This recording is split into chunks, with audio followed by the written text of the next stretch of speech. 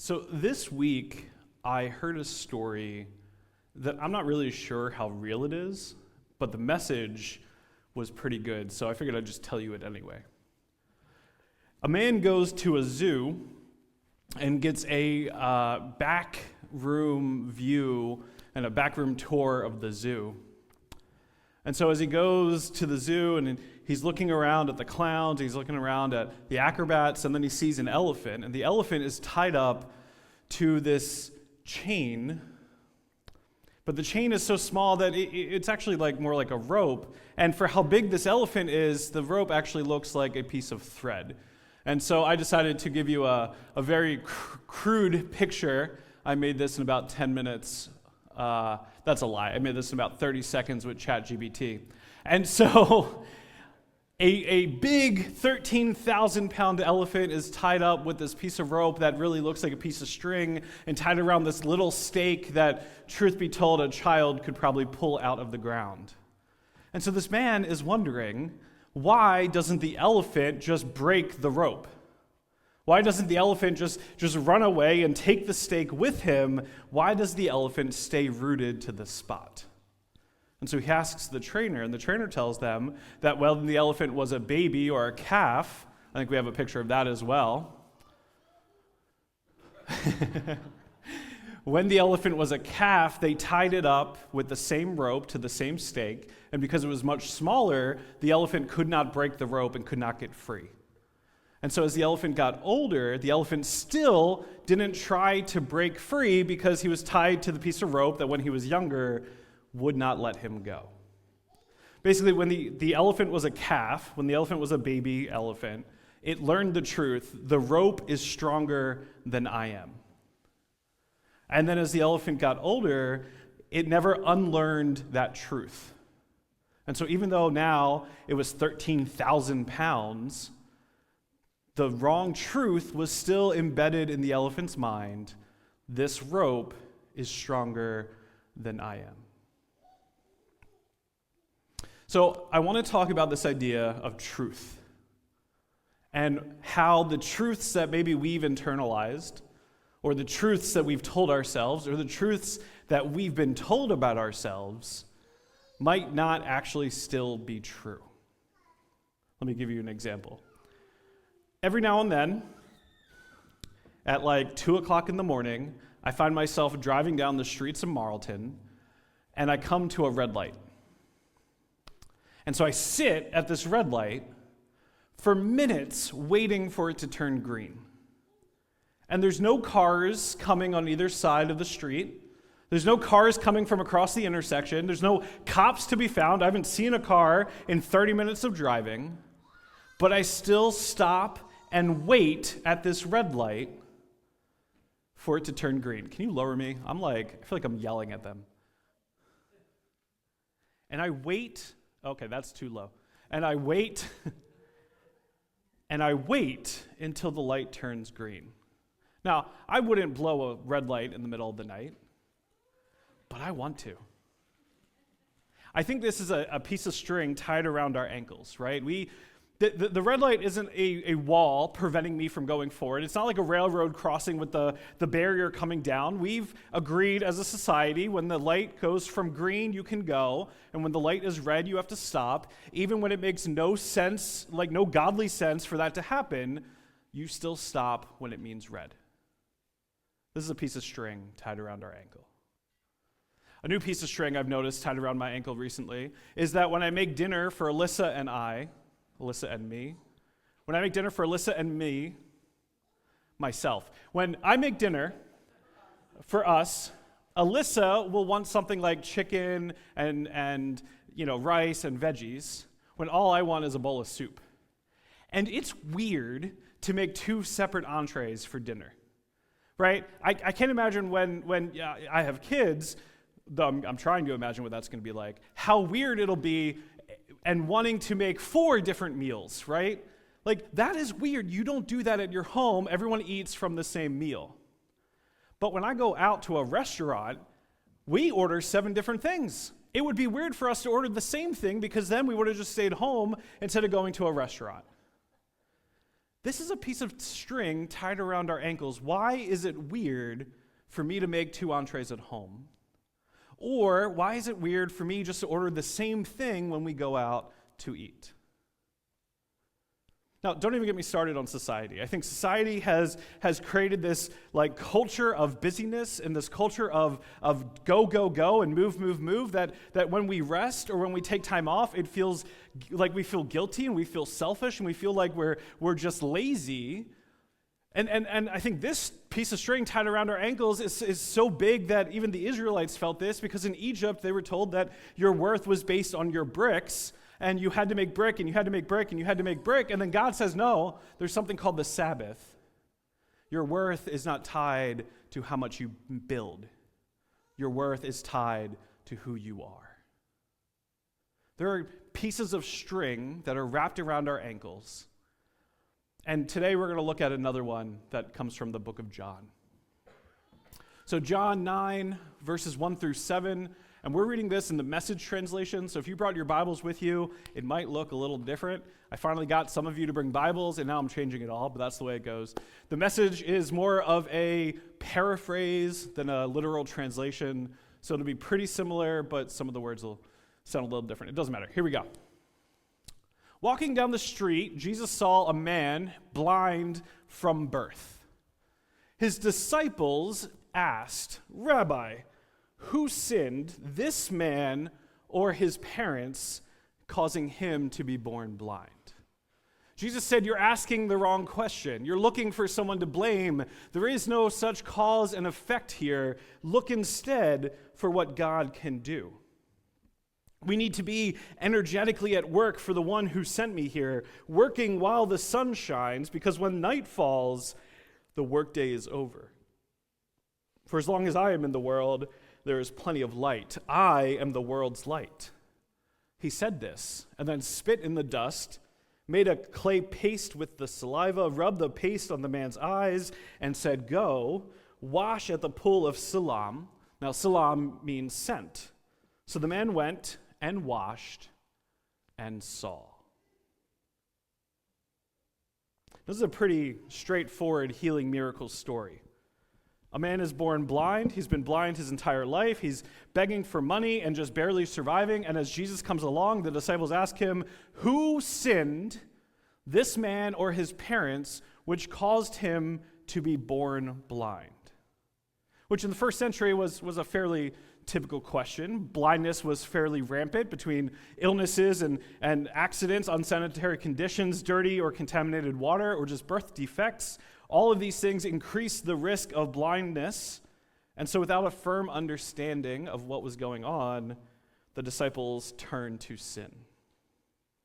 And then Jesus responds simply. He says, it's not because of his sin and not because of his parents' sin. He says, you're looking for a reason, you're looking for a cause, you're looking for cause and effect, but that's not what's going on here.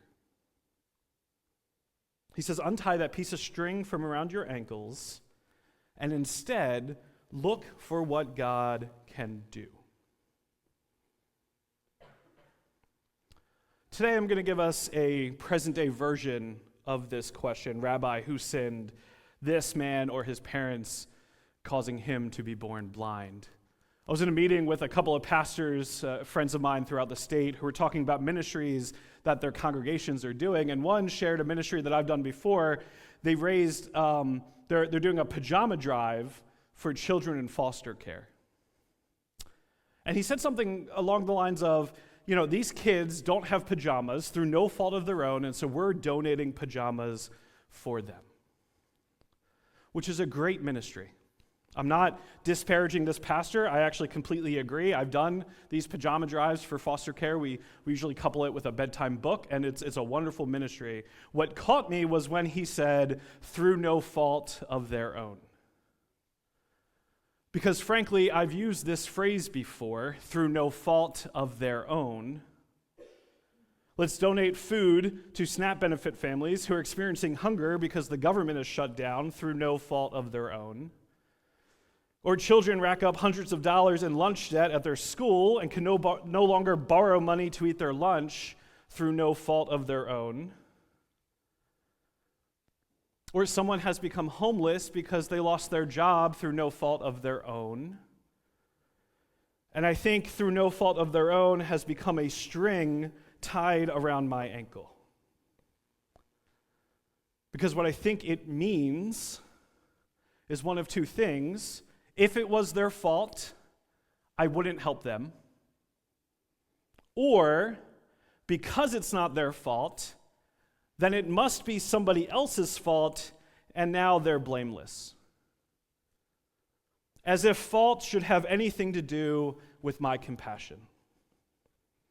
As if I should be placing limits on how loving and how generous I am. As if a child deserves to be hungry, or as if any person deserves to be hungry. I feel like I've been brainwashed by society and by capitalism. I feel like I have this piece of string tied around my ankle, and it feels like a chain. If America is so great, why are there starving children? If capitalism is the perfect system, why do people fall through the cracks? If someone doesn't have pajamas and it's through no fault of their own, then why did we allow this to happen in the first place? Through no fault of their own. Friends, I am deleting that phrase from my vocabulary. Because I don't care if it was their fault. No child deserves not to have pajamas. I don't care if it was their fault, but no child deserves to rack up hundreds of dollars in lunch debt. I don't care if it was their fault. No family deserves to go hungry. No person deserves to become unhoused. No veteran deserves to get lost in the cracks. No person in my country or my community deserves anything less than the full dignity of their worth. And how dare I assume that if they are at fault, or if their parents are at fault, or if they didn't make all the right choices, then they are not worthy of my generosity? How dare I be tied up to a piece of string? How dare I believe this lie that society and corporations and politicians have fed me?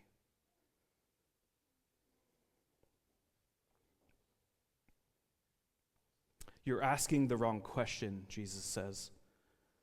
He says, Jesse, you're looking for someone to blame, but there is no such cause and effect here. Look instead for what God can do.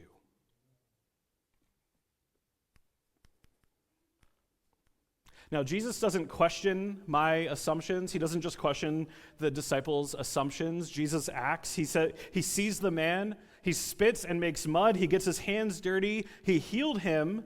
He doesn't wait for the man to prove that he was worth healing. He doesn't wait for the man to tell him his backstory. He doesn't check if he was blind through no fault of his own. Jesus just healed. And then he said, we need to be energetically at work for the one who sent me here. We need to be working while the sun shines, because when night falls, the workday is over. Friends, our calling is to be people who untie the string. To be people who stop asking who sinned and start asking what can God do through me. To be people who don't wait for the perfect conditions, who don't wait for the perfect explanations, who don't wait for the perfect recipients of our compassion. To be people who give pajamas whether it's their fault or not.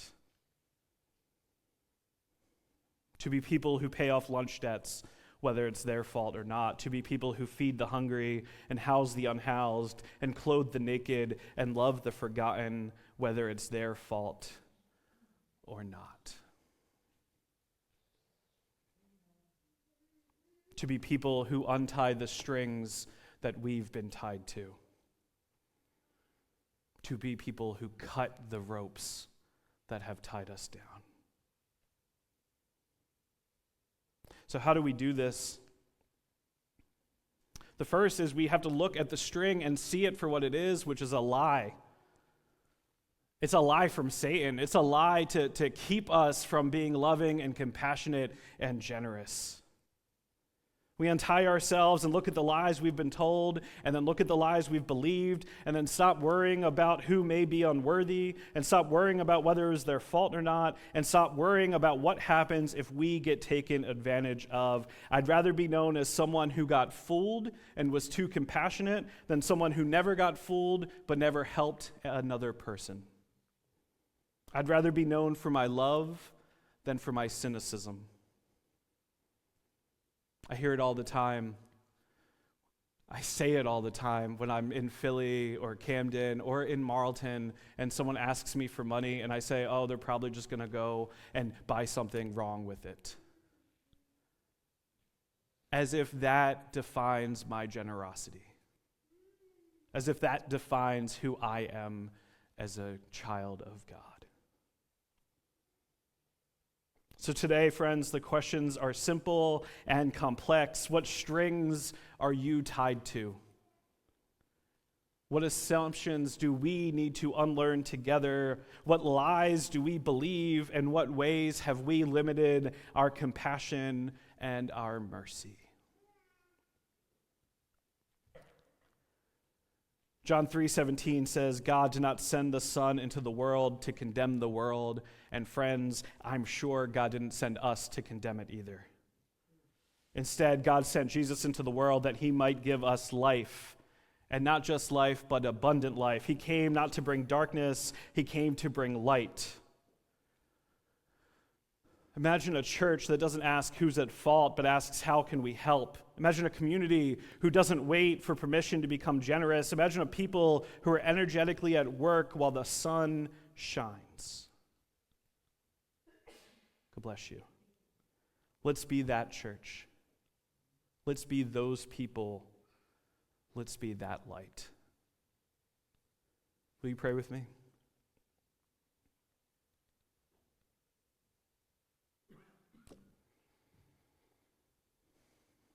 God of truth, we come to you today humbled by the ways we've been tethered to assumptions and to blame and to systems that teach us to measure worth by fault. But you, God, untie us. You, God, break the strings that bind us to judgment. You, God, set us free to love. Forgive us the times we've asked the wrong questions. Forgive us for the times we've looked to someone to blame instead of for someone to bless. Forgive us for the times we've withheld compassion because we thought it wasn't deserved. Open our eyes like you opened the eyes of the blind man. Let us see the world not as a place of fault and of consequence, but as a field ripe for healing and justice and grace. Make us bold, God, bold enough to challenge the lives we've believed. Bold enough to give without condition, and bold enough to be energetically at work while the sun still shines. Let our church be a place where no one is asked to prove they're worthy. Let our lives be a testimony to your love that knows no bounds. Let us be the light in a world that desperately needs it. We pray these things in your Son's name, your Son who taught us to pray, saying, Our Father, who art in heaven, hallowed be thy name. Thy kingdom come, thy will be done, on earth as it is in heaven. Give us this day our daily bread, and forgive us our trespasses, as we forgive those who trespass against us. And lead us not into temptation, but deliver us from evil. For thine is the kingdom, and the power, and the glory forever. Amen.